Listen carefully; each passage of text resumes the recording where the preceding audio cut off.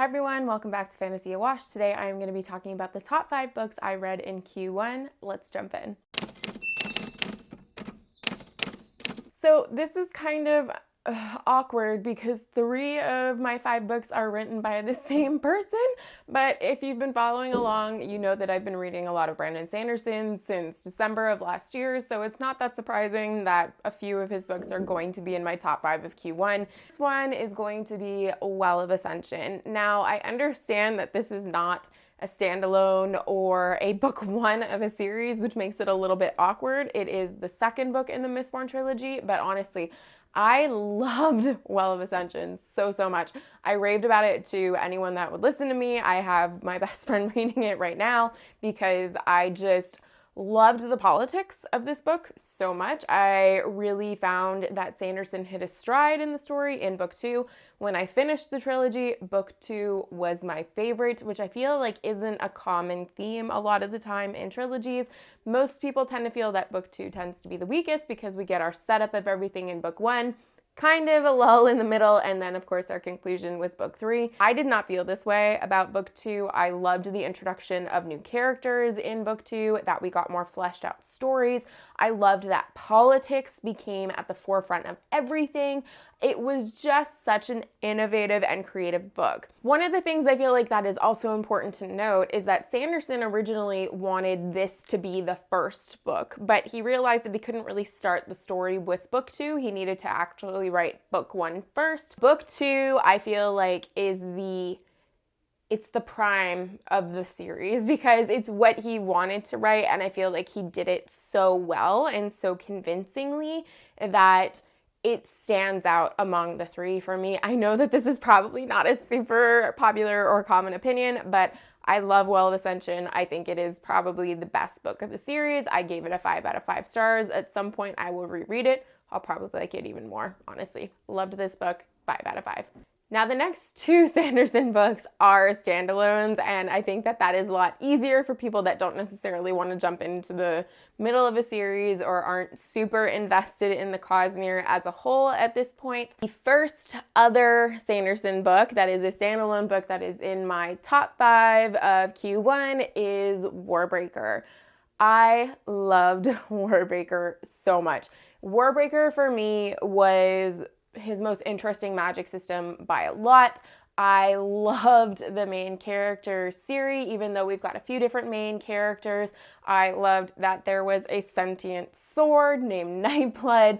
Lightsong the Bold, I feel, is probably one of my top 3 Cosmere characters that I have encountered so far. It is a very comedic book, and I've come to realize in the past year especially that I really like comical fantasy. And while this book still has some serious overtones to it, I would say that it's probably the more comical of Sanderson's books that I've read.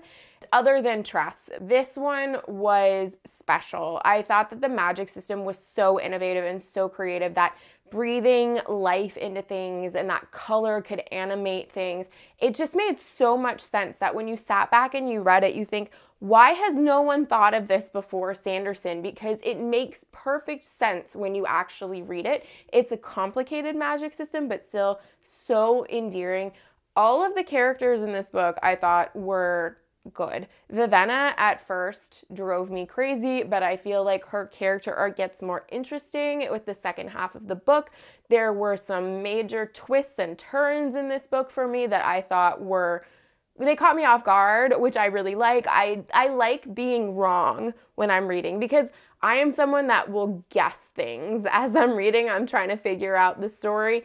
And there were several moments in this book that I was wrong, which I was really grateful for because I have found with some of Sanderson's other stuff, such as the 3rd book of Mistborn, I called certain things and that ruined it for me. But with Warbreaker, it is a perfect standalone novel, but at the same time, you want more at the end of it. It's like the first story of his that I was like, why does this not have a sequel? It's so good, and I want to revisit that world because the magic is just so amazingly fascinating. I loved it. Everyone in the book was just so well written, so clever, so funny, morally brought a lot of things into question about class and society and norms and our behavior that I thought were really interesting commentaries on society as a whole. So I really enjoyed this book. 5 out of 5. Third and final Sanderson book that made it into my top 5 books of Q1 was Tress of the Emerald Sea. This was such a magical book and a joyful read for me. I have a review out on it. I have a review out for I think all of these books. This book was, again, very funny because it was from the voice of Hoid. It was so endearing because it was a retelling of The Princess Bride, which is a story that I love. It brought us on a really beautiful adventure of growth and awareness, kindness. There was just so many positive attributes for the story that I could go on and on. Really just what a way to kick off the year of Sanderson with The Secret Projects. Tress was just a magical reading experience. I treasured it dearly. I cannot wait to reread it at some point. It's a book that I will definitely read with my daughter when she's old enough, and I look forward to sharing that experience with her. So definitely recommend that you pick up Tress if you haven't picked up your copy yet. Moving along from Sanderson into my 4th book of Q1, and speaking of The Princess Bride, it is The Princess Bride by William Goldman. And this is the classic tale of adventure by S. Morgenstern, The Princess Bride. I have a review up on this. I loved The Princess Bride. I am someone that grew up on the movie and didn't know that it was based on a book, but what a pleasant surprise, because the movie is probably the best adaptation of a book that I've come across. It has lines verbatim from the book, and that is because William Goldman also did the screenplay for the movie, which was such a gift. But the book itself tells this tale of a love story between Wesley and Buttercup, and adventure and fencing and revenge and duels.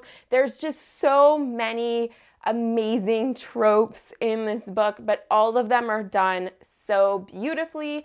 William Goldman is a master with satire. He is just so excellent with his comedic timing and interruptions in the book.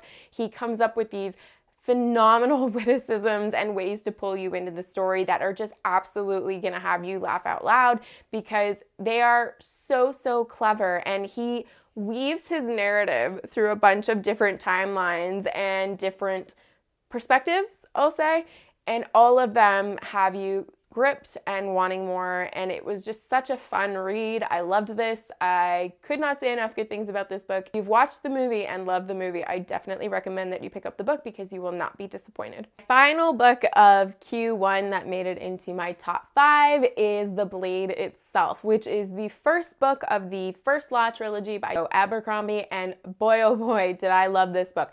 There is a theme that has emerged with this top 5, and that 4 out of 5 of these books I think are very funny. The Blade itself is possibly the top of that list because Glokta is one of the funniest characters that I have ever encountered.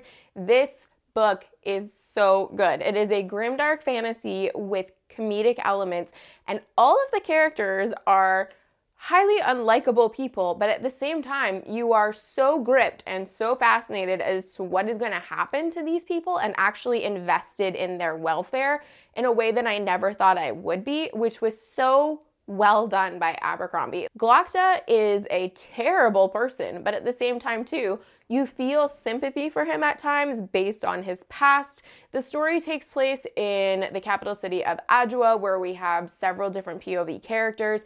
All of them at one point in the story come together because there is a war that is about to break out.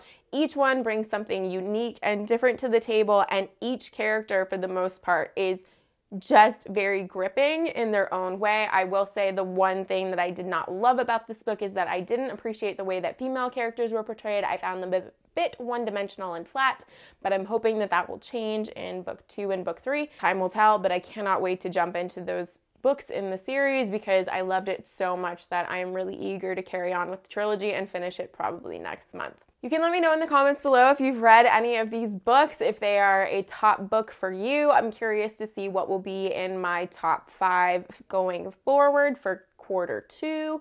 I am still unsure with a lot of the books that I'm going to be reading going forward, but all in all, I'm excited. I'm looking forward to it. If you have a book that you think I should read that will match any of these books that I've mentioned today, please let me know in the comments below. If you would like to support me, you can hit like and subscribe. And as always, if you would like to chat about books in more detail and length, you can find me on Instagram. As always, thanks again for watching, and I will see you again next time.